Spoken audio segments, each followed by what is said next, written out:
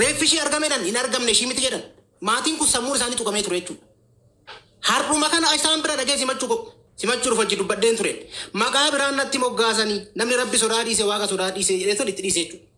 Hundumaaf waan isin itti gammaduu qabdan maatiin kun miidiyaatti fayyadamuu beeka.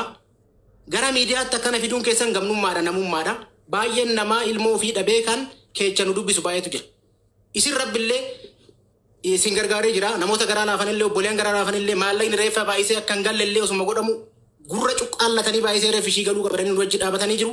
Hundumaafuu namoonni akka reeffi baay'isee gara biyyaatti hin galle gootan maqaa ummata Oromoo bal'aatiin maqaa gootota lafee isaanii ummata Oromoof Oromiyaaf wareegameetiin galatooma. Seenaan kan gaarii hojjetanii faarsa. Kan badaa hojjetanii balaaleffata. Kun akka seenati. Namni hundumtuu waan ofii facaase hammata waan taateef. Hundaafuu isinitti hin dhagaamin isin. Keessi kee nama daadha. Akka namni hin gargaaramne namoota godhantu jira. Akka namni namaan taane namoota godhantu jira. Faallaa dhala namaa namoota yaadantu jira. Namoonni akkasii nama namarraa uumaman miti. Maal luboote hireen nama miidiyaatti fayyadaman beekas fiddeet xiqqaas fiddee guddaas fiddees keessa teechisti. Akka namaaf itti taanu dhabneeti mutam. Hunduma caalaa maatiin baay'isee obbo Bojaa kalee wal dubbisnee irra nan dhufa isiniin jedheen ture. Wanni akka dhumne na godhe maal waan biraan natti maxxansanii seenaa kiyya balleechanii waan gara biraan natti fidanii fi nafe malee waan biraatti miti.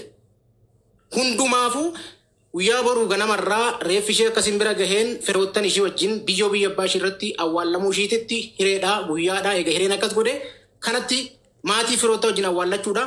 Waa hunduma caalaa ijoolleen biyya arabaa keessa jirtan wal quba qabaachuudha qabdan akkuma jabaan jiru dabaan jira. Dabaan nama keenya baay'atee jira. Namni nama keenya xiqqeessu baay'atee jira. Fuggisoo dhala namaa namoonni dhaabatan baay'atee jira. Namummaa namoota hin qabneetu baay'atee jira. Namni bineensarraa addan baane baay'eetu jira. Maqaa namummaa qabaate erga nama taatee namarraa dhalatte namaaf waan ta'in hiikkaan qabdu. Nama eega taate dhala namaatiif ta'uu qabda. Erga nama taate nama ta'ee kan uumame dachee Oromiyaa irratti kan uumame dhimma amantii miti nama ta'ee ilmoo Oromoo kan uumame kamiifiyyuu ilmoo namaatii dhaabachuu qabdatti. Hiikkaa namummaa yoo beekte. Garuu faallaa kana dubartiin namarraa dhalattee boru waan deessu hin beeknee fi bakka geessu hin beekne faallaa keenya nu xiqqeessuudhaaf akka reeffi ishiin galle gochuu isaaniitti haa galatooman. Guddaa isaan galateeffan. Maatiin kun jajjabaadha. Obsa qaban. Nurraa nafinaa nama laaltanii. Nu jalaan dhaabatinaa nama laaltanii. Rabbi sodaadhaa nurraa nafinaa. Har'allee na bira koonnaan jennaan waan biraatti fi nafee haaluma namoota alaaleetiin sinitti dhagahamuu qabu. Namni akkatti jirutti bakka jirutti sinitti meeraan. Obboleessa koo konkolaataa abbaa kootiitu ajjeese. Reefi manatti naa dhufe. Madaasantu na keessa jira. Madaasantu madaa keessani. Madaa keessan manatti madaa kiyyaafan sa'aatii sadirraa sa'aatii 11. Hanqaamni siyaasa dandeettiin rukutee kalee bitaatiin dandeenyifne dandeenye saasa ol sababa baay'isee halkan lama sadi ta'ee jechuudha. Namumti nama ta'ee du'aa isaa biyyatti kan galchine godhu immoo namaa miti jechuudha. Hiikkaan qabu. Waa hundumaafuu mubarakati galatoomi namummaan kana qabdi erga ofitti kennitee namaaf taate rabbi akkasii ta'uu beeyta rabbi illee gaarii jaalata waan taate baay'ee isinitti hin dheeressu waan isin waliin haa ta'u jajjabina isiniif haa kennu ishii boqatte immoo boolla ishii daadhiin haa guutu isiniin jedha namoonni biraa sanii galatoomaadha. Amma baay'ee illee dubbachuun isaan biyya keessa galchu ta'a. Ulfaadhu obboleettii keenya miimii yoo jala jiraatte torba barreeffadhu miimii ol naa galchaa obboleettii keenya birrii 100 maatii kanaaf arjoomte dhugaa gadda guddaatti dhaga'ame olola deemaa jiru nu injifachiifte haamilee nu taate yoo jala jiraatte miimii ergadhu gali si haa eebbisanu maatiini. Asirratti maatii kanaaf wanta waadaa galu silas ani hin qabu hiyyeessa ilma hiyyeessaati. Osoo qabaadhee fuuldura namaan dhaabatanu wannan maatii kanaaf waadaa galu hordoftoota koo bakka bu'e gatiin hordoftoota koo beekuuf gatiin hordoftoota kootti amanuuf hordoftoota koo kabajamoo kana bakka bu'ee wanta waadaa sinii galu obboleettiin keenya baay'isee akkan olloorraa namoota tokko irraa dhageetti kabiyyaa baase rakkina maatii waan nyaatan waan dhuganu dhabuu caalaatti obbolaa lama dhukkufataa mana keessaa qabdi jedhan. Obbolaa dhukkufataa lamman kana haadhaaf abbaa humna hin qabne kanatuyyuu mana keessa tajaajilaa ture jedhan. Obbolaa lamman kana haga yoomitti maatiin koo qofti tajaajilu. Anis akka namaa biyya namaa deemeette akkuma artistufaa jedhe heerumtee yookiin barattee yookiin akka nama tokkotti biyya keessa deessee waan tokkotti bahuutuu dandeessu akkuma ijoollee biyya arabaa wanni ijoollee biyya arabaa biyyaa baase. Waanuma wal fakkaataadha.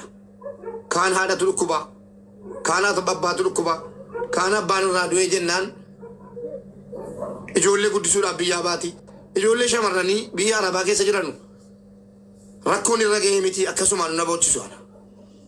Dhugaa Rabbii dubbachuudhaaf kanaafan shamarran biyya Arabaa kana jedhu kunoo kana qaba.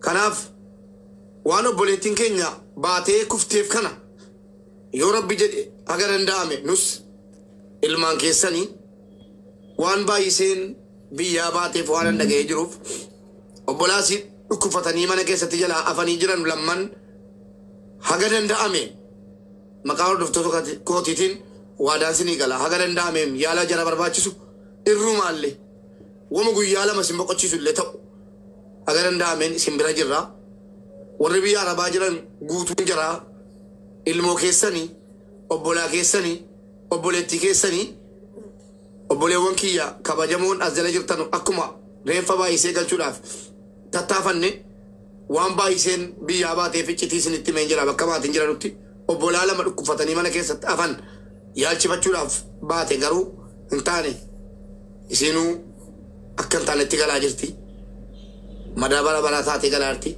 Kanaaf obboleewwan koo waan kana gurraanaa qabaadha jaris gadda keessaa baanu mucaa qabbaratanii yeroo jarri kaan takka xiqqoo turree maatii kana asitti affeerree waan dandeenye waan humni keenya nu dandeesseen obbolaa keenya warra afan lamman immoo warra haadhaaf abbaan itti rakkataa jiran mana keessatti dhukkufatanii jiran warra obboleettiin keenya jaraaf jecha baatee bakkeetti hafte kana akka yaalchifnu waadaa akkanaa galtanuu barbaadaas jalatti.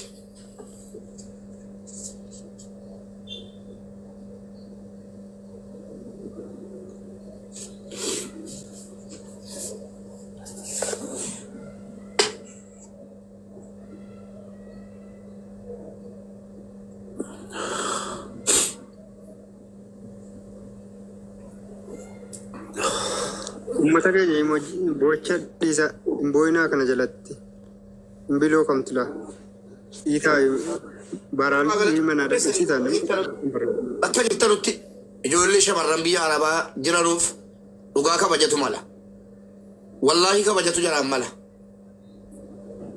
hedduudha kan duutee dhabamte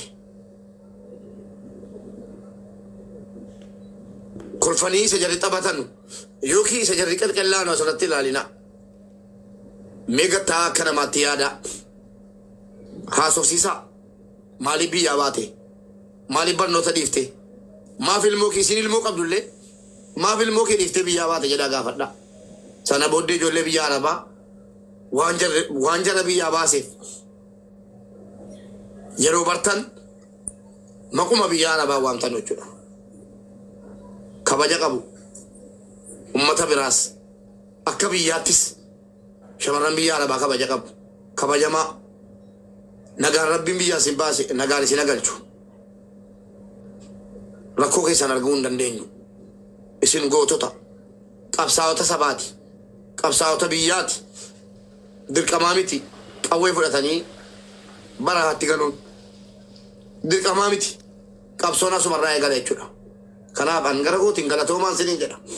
Amma namichi obboleessi keenya inni Saudi Arabiyaa keessaa obbo Daawit sun barbaadee too kana nu arge suni waaqni Rabbii waaqni ulfina isaa kennu waaqni biddira isaa deebisu ani argeellee bakka itti biddira isaa deebisuun qabu waaqayyo biddira isaa deebisu waaqni ulfina isaa kennu akka waan jiraan argeetti garaa kiyyadas na jedhe gaafa inni halkanaa dawwalee hargeera jedhu hargeera akka garaa keetiin taane malee si hargeera ugaani naan jedhu baay'eetti ana dasna jedhe du'aashii kana argachuudhafi waaqayyo isaa eebbisu waan ummata Oromoo hunda isaanii Rabbi haa eebbisu.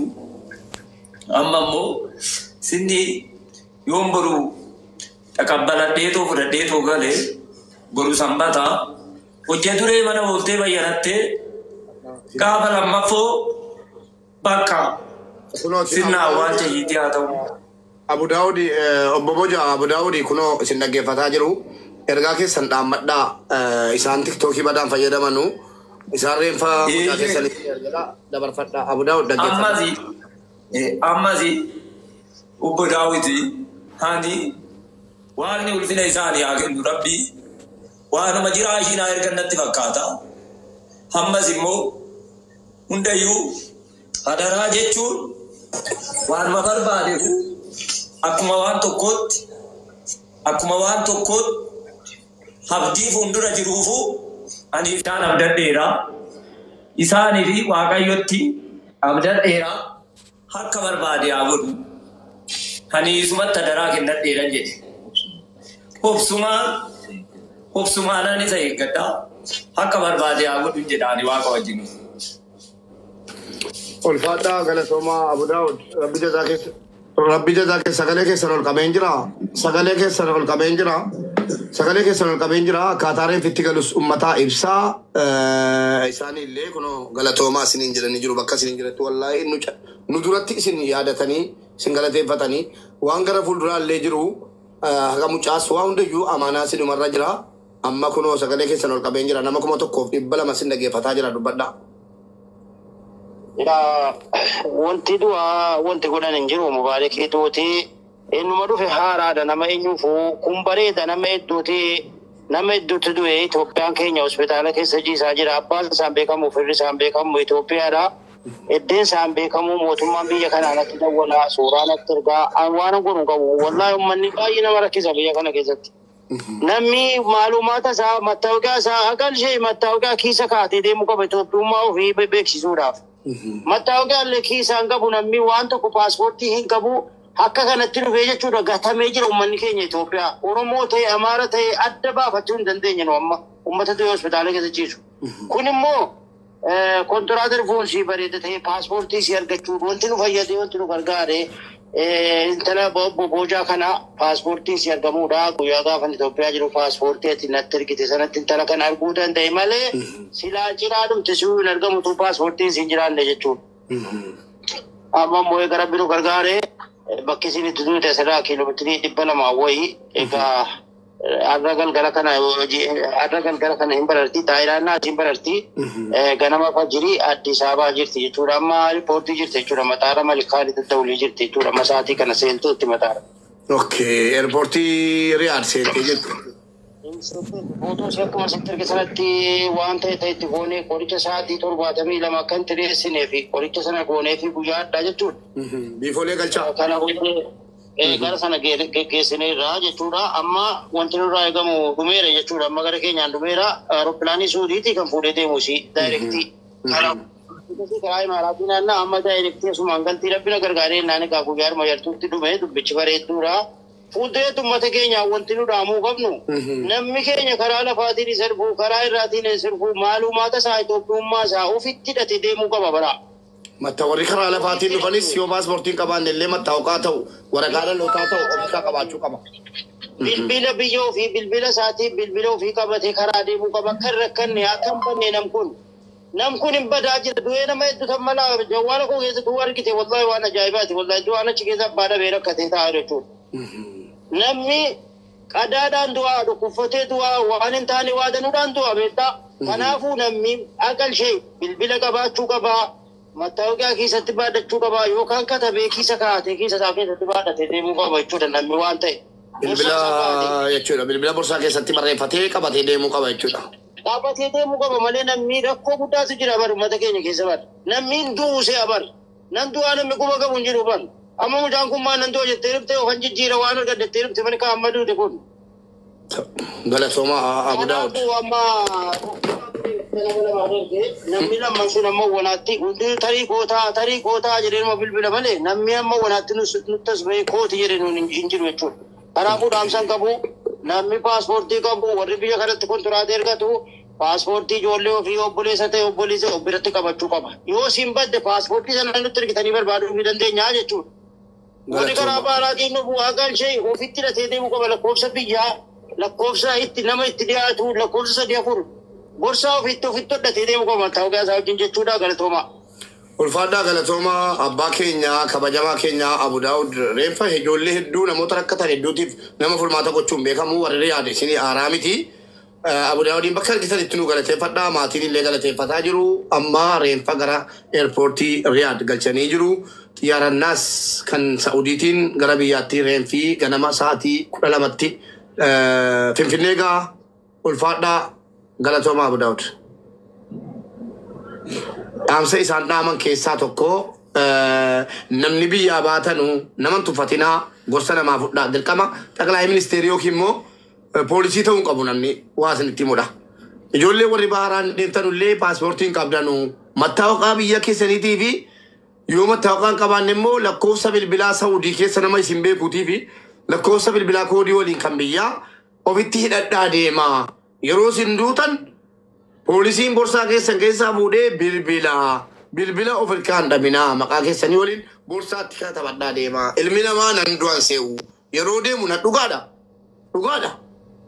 Jaaloo hin cufin moodii tana komentiin cufin miutii godhi tana jala miutiidhaan ashangullitiin boo'ichaa akka tiktookii gubu wallaalanii tun taane beekaa akka godhaa jiru komentiin cufinaan jaalladhuan. Kanaaf obboleewwan keenya baay'isee nan du'a jettee miti kan isiin baate. Mana jaazaa geetan maatii koo maallaqa gaariidhaan hojjedhee gargaaraadhaaf kun dhufe simboo kana miutii godha. Miutiin funaana malee namatti cufina moodiin tanaan. Sini galee nan du'a jedhee namni yaadu hin jiru. Anamma nan du'a hin jenne. Anuu halkan sa'aatii 7 walakkaatti lafa na buuftee oltu gadheen maatiidhuma kana na hambise kunoo birattan dubbataa jiraan. Waa'ee dhumti jaraa goolabamee kaan anan dubbadhe iyyaafani malee wal dhiisuuf hin teenyu jechuudha. Sini galee ilmi namaa bakka itti kuftuun beektu obboleessu.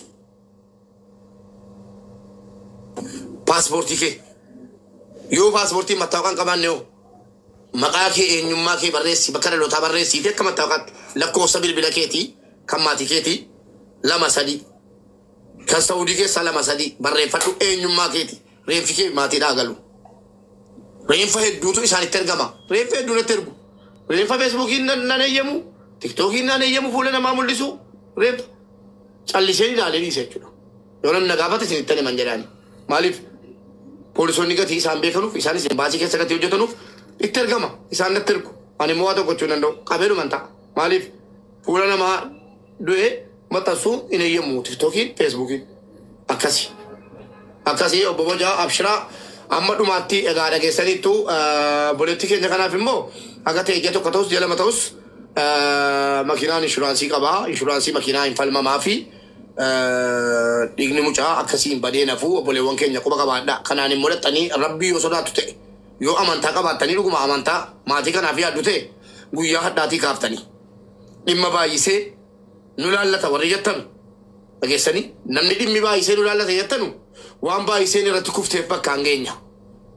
Waan baay'iseen irratti isaa jecha biyyaa baate ijoollee obbolaasii lamman dhukkufatanii mana keessatti jiran jala yaalchifna dhugumatti namni baay'isee yaade. Kanaan achi namni tokko suuraa baay'isee fudhatee gadi ba'ee ajandaa godhatee irraa haasaa taanaan Oromoo akka hin dhiibne kunooti maatii dhaammate. Dhuguma namni baay'isee yaadu kunoo akkaawuntii haadhaaf abbaatu jira mana banadhu suuraa irra kaadhu obbolaa baay'isee warra lubbuun jiran warra dhukkufatanii jiran yaalchisuu irratti hojjedhu ishee an yoo rabbi jedhe yeroo dhiyoo keessatti yeroo jarri awwaallatanii xiqqoo tasgabbaan nan fida. Maatii kana fideetan akkaawuntii haadhaaf abbaa irratti waan qabnu gargaarree obbolaa baay'isee warra isiin isa jaraaf jecha dhattee kuftee haftee kana warra dhukkufatanii mana keessa jiran birrii 1,000 illee ta'u deeggarree fedhan xabala geeffatanu fedhanu geessanii manaa kibittaa yaalchifatanu geessanii bakka fedheettaa yaalchisan obboleettii keenya ta'uufi akka nu ilmaan isaanii taane kanaan agarsiifna jechuudha. Boo'ichaan nuti hin taane jabaannee maatii kana jabeessinee abshir nuti warri biyya arabaa jirru baay'iseedha. Yoo bakka baay'isee illee isinii buudhamne waan baay'iseen baateef sana bakka hangeenya jireen waadaa galee fi abdii keessanii rabbii gaditti abdii keessanii malan sooressaa miti hin qabu tun qabaadhee fuuldura namaan taanu asuman baanu sila akka gaarummaa maatii kanatti wanni nu goonu maali waan dandeenyu deeggarree 1,000 2,000